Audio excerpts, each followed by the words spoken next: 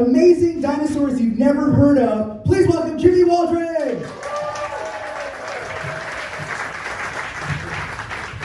Keep it going for Ricardo Williams, ladies and gentlemen. Nerd Nite, thank you so much for having me out here. My name is Jimmy, and I am absolutely astounded that I get to be here with all you fine folks again. It's been way too long since we got together. And, you know, I just got to ask, Nerd Nite, how we doing? Public speaking rule number 1, always play for cheap reactions from the crowd. You know, I got to say, Eliza, right before this, how fantastic was that talk that she gave?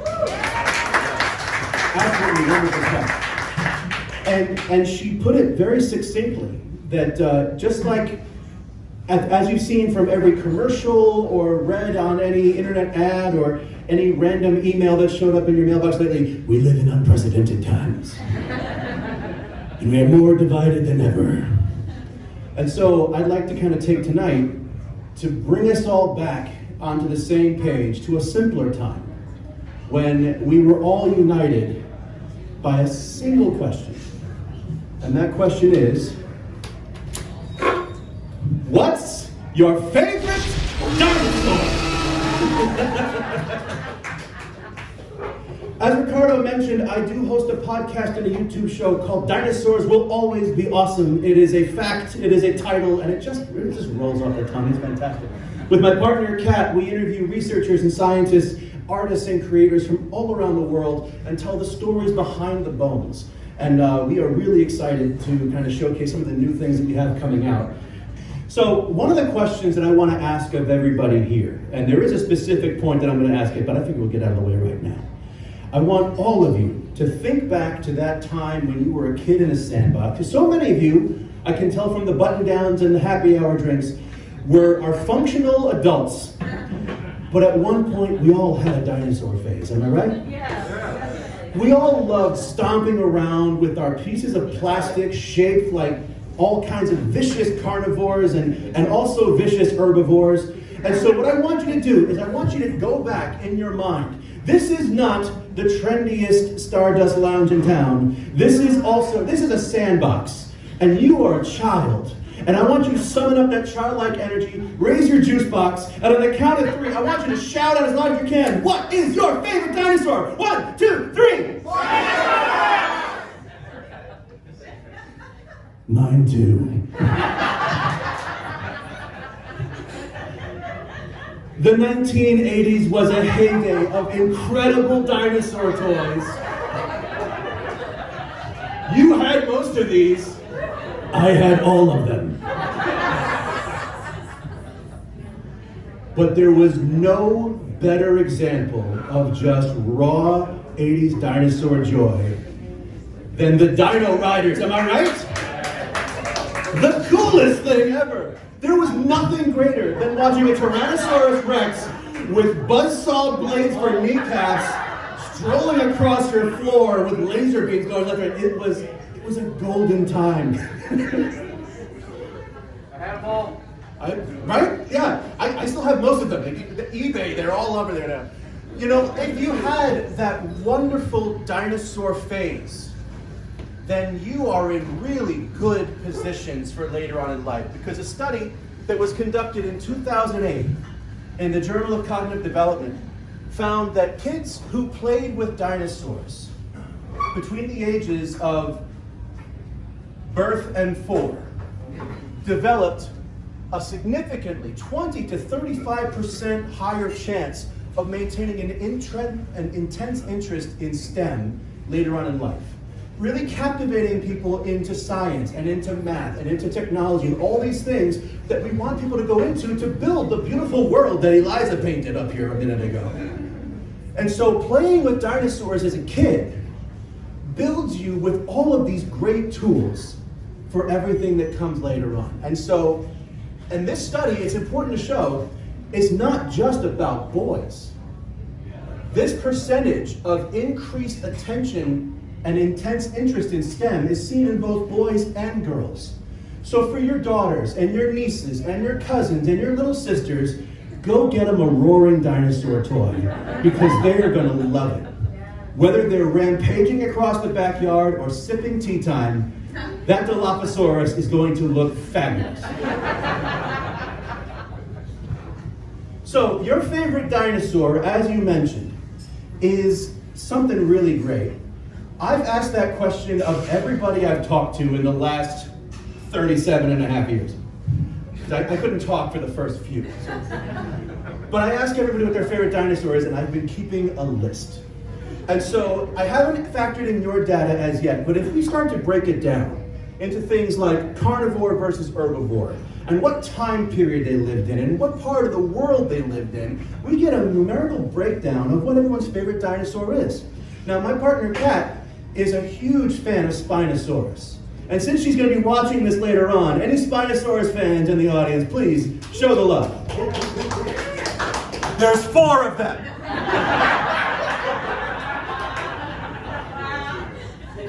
Based on science, or me asking, it turns out there's an overwhelming trend that everyone's favorite dinosaur, hail to the king, baby.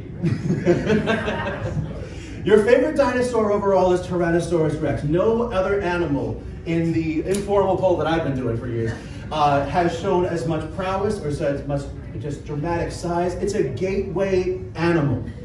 People have learned about science because of how awesome Tyrannosaurus Rex is. You've seen my shirt. There is a criminal lack of adult dinosaur clothing. Can we not vote on this? But despite this breakdown, of which we are all part of it, there are so many more dinosaurs out there that we've only just gotten to know. And so many that we have not actually been able to factor in until now. But that's where I come in. Ladies and gentlemen, I'm going to start my talk now. This is the most awesome dinosaurs that you've never heard of. Starting off with one of my favorites, my second favorite dinosaur of all time, the gorgeous, the magnificent Cosmoceratops.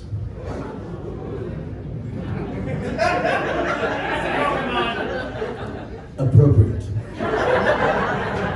Cosmoceratops is a fantastic animal only discovered a few years ago. It's actually found in an area known as the Grand Staircase Escalante National Monument in Utah.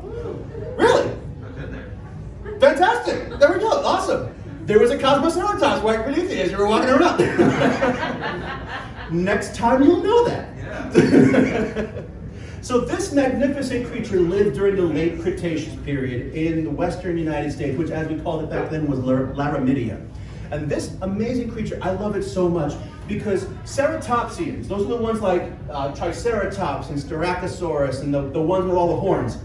This has the most horns of all the ceratopsians found so far. It's got 19 horns all over its head. Other animals are named things like Diceratops, because 2. Or Centrosaurus, because 1. Or Triceratops, because 3. Or Pentaceratops, which was pushing it then. 19!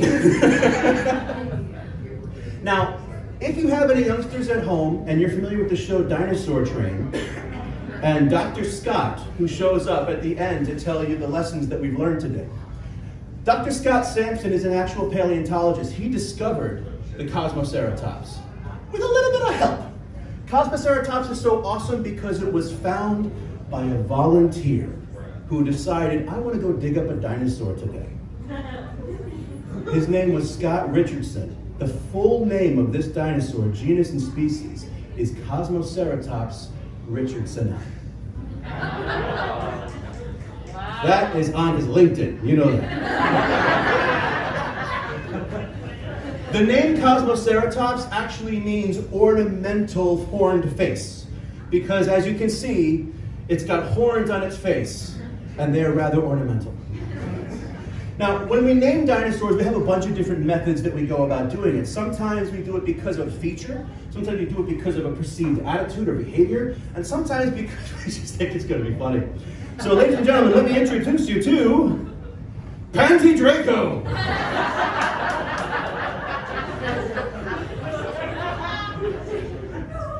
I think he's a Slytherin. PANTYORACO is not named because of that you're thinking. We're all laughing at right now. PANTYORACO gets its name because it was actually found in an area of Wales on a cliff in a place that was called Pantyfenan, which is an area that was an island off the coast of Wales. And there's an old legend about it that says that the king, the great king, Vortigern, the Celtic king Vortigern, wanted to build a castle on this very island. But his viziers told him, "Sire, you do not build a castle on this land, because beneath these trembling shores, a sleeping dragon awaits to devour your kingdom." So, in Welsh, that translated to the sleeping hollow and the dragon of the sleeping hollow. PANTYORACO. Pretty cool, right? That's pretty awesome. Like a King Arthur legend built into a dinosaur. But it's not cool enough yet. There's more about this dinosaur that makes it incredible. This dinosaur, PANTYORACO, is the size of a house cat. You didn't see that coming, did you?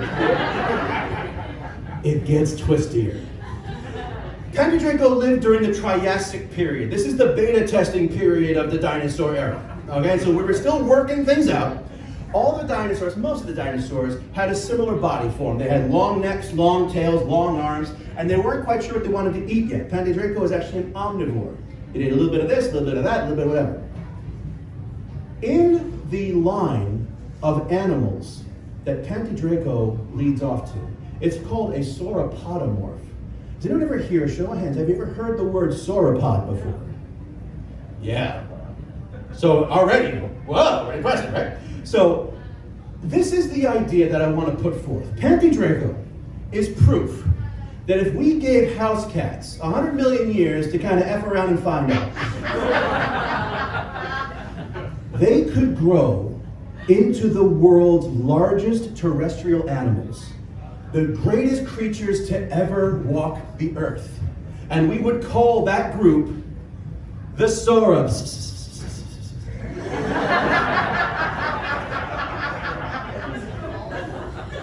Sauropods are the largest dinosaurs. These creatures walked the earth in thunder when they walked. In fact, a few of them are named thunder lizards. And so these creatures, we always wondered, how does something on earth get this gigantic and these so diverse creatures? They all started with that tiny little PANTYORACO, discovered just a few years ago. And I think that turns into that. It's pretty awesome. Less awesome, however, is this thing, Masiakasaurus. You know, time travel, fun fact, was actually invented. Time travel exists. And on the first trip, they went back in time and saw this thing and said, "Get the hell in the car." And they burned the notes and they never went back again. Masiakasaurus is a terrifying toddler-sized dinosaur here. It's actually name means vicious lizard. It was found in Madagascar. And what makes this thing really stand out, you can tell from there, its teeth are so distinctive. The vicious lizard's teeth actually point forward in its mouth. It's a fleet-footed predator. It's a theropod. It's a meat-eating dinosaur. And the skull of this thing has to be seen to be believed because, look, the teeth actually point outward. Now, what this tells us is that this dinosaur developed a special way of catching its prey. Similar to certain shorebirds like woodpeckers and things like that, where it can actually dart its face into a burrow or into shallow waters and hook its prey and then pull it back out. So this is meant to be a grabbing or burrowing creature. Doesn't change the fact that they're terrifying to look at. I mean, intense. It's crazy. The full name of this dinosaur is Masiakasaurus knopfleri, because the discovering team who found it was blasting Dire Straits at the time, and so it's named after Mark Knopfler. That's a fun Wikipedia page to check out. Mark Knopfler has a surprising number of animals named after him in the scientific community. But Ricardo, that's a different talk for a different time. One of my favorites of the weird and awesome dinosaurs is this one. You actually might have heard of this one. It's got a little bit more play than the rest. THERIZINOSAURUS. also known as the scythe lizard. When this creature was first discovered, we thought it had dethroned Tyrannosaurus rex because we didn't find the full thing. All we found were a few parts and pieces. In the formation where it lived in Mongolia, this creature was very bizarre looking because all we found were these gigantic arms.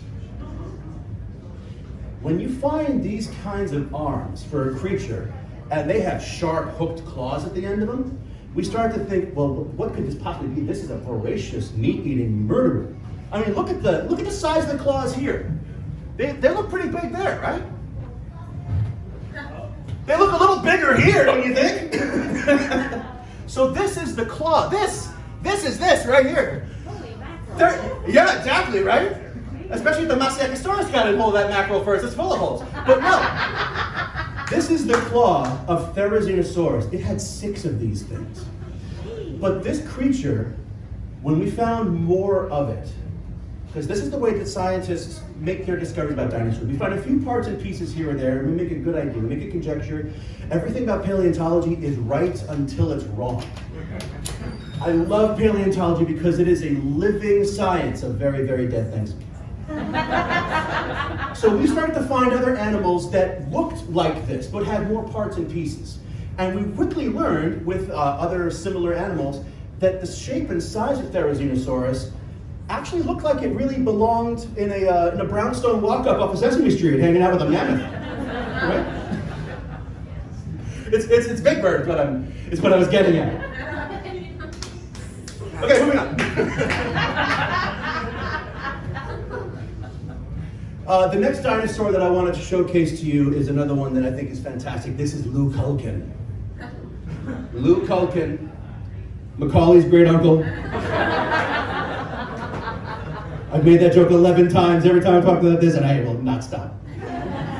LLUKALKAN's name translates to the one that brings great fear, because we named dinosaurs off of potential traits, and it's a really weird looking thing. This was found in the late Cretaceous, about 80 million years old, lived in Argentina. And so we found this is part of what we call the abelisaurs. So if you saw Jurassic World Fallen Kingdom and you saw the little red dinosaur with the horns that fought the T-Rex and lost because T-Rex is the greatest and best dinosaur of all time, we proved it scientifically. Carnotaurus, with the horned bull, is an abelisaur. Short face, sharp teeth, tiny little arms next to vestigial arms, and carnivorous. LLUKALKAN is another one of those types of dinosaurs, okay? But what makes this one really special, besides everything, is that when we took a closer look at that skull, we started to notice something that was unique to this kind of animal. So all theropod dinosaurs have a very similar skull structure. We've got nostrils, we've got big openings we call fenestra, where there's like a hole in the bone for muscle or things to pass through. We've got the 2 eyes in front, get space for ears in the back, and then we've got some other things here and there. When we found LLUKALKAN, what we found is that on top of the skull, we've got these 2 fenestra. Now, most of the theropod dinosaurs had these holes anyway. They're places where blood flow can travel. It allows for muscle attachment, so you get those really strong bites that they're so well known for. But LLUKALKAN was a little bit different. This one had built-in air conditioning.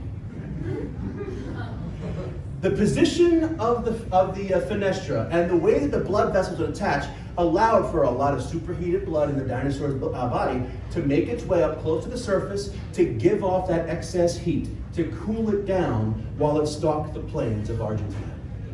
I think that's pretty awesome. Now, I have another dinosaur here that I want to show you. I think this is the last one that I have to share, just because I think it's fantastic and I love this one. You gotta save the best for last. Ladies and gentlemen, the weirdest and therefore most awesome dinosaur I've ever seen in my life. INCISIVOSAURUS, whose name translates to the incisor lizard. What is it, a chicken with rabbit teeth? Are you serious? Yes, we are. The incisor lizard is an oviraptor. It's a dinosaur that got a bad rap years ago because we found an oviraptor dead on top of a clutch of eggs. We're like, oh, look at this creature, it's stealing these eggs. And then years later, when we were careful and actually we're taking more serious approaches to these things, we realized, oh no, it's not eating the eggs, it's protecting the eggs. Also, there's a little one of these big ones on the inside. How weird is that? So now Oviraptor, the name sticks, unfortunately, but they are not egg thieves. This Incisivosaurus is a kind of Oviraptorid. What really makes it cool is that it lived in a part of China where you see a lot of the Oviraptors live. It had broad feathers all over its body. It had feathery wings to kind of help with darting around and avoiding things like Velociraptor that was a neighbor of this animal. And those teeth, we gotta talk about those teeth, because those teeth are actually what they had. So this is the skull of Incisivosaurus, and it's such a bizarre thing.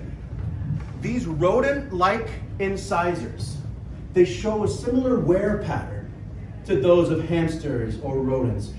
What does this tell us? It tells us a little bit about how this animal actually ate. Much like modern rodents, it may have been an herbivore. It may have eaten little bits of plants and tried to eat nuts and bark and things like that. THERIZINOSAURUS, those giant claws, were really good at tearing apart termite mounds. A lot of these dinosaurs filled in so many ecological roles and niches that they had to do a little bit of everything that you see other modern animals doing.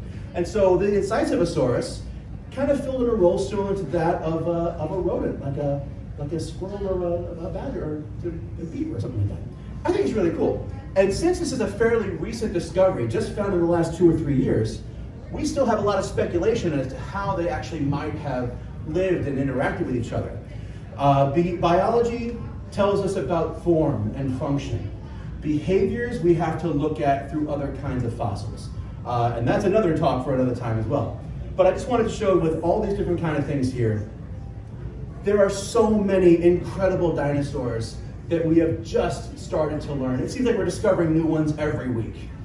And I know with your busy lives as functional adults, we can't pay attention to all these kind of things. What I'm asking you is every once in a while, go back to that sandbox, take a look at these incredible dinosaurs, feel that wonder and that joy that you're feeling right now. And remember this, because no matter what you do, where you're from or how old you are, dinosaurs will always be awesome. Go to nerdnite.com to find a Nerd Nite event near you, and don't forget to subscribe to our channel for our latest presentation.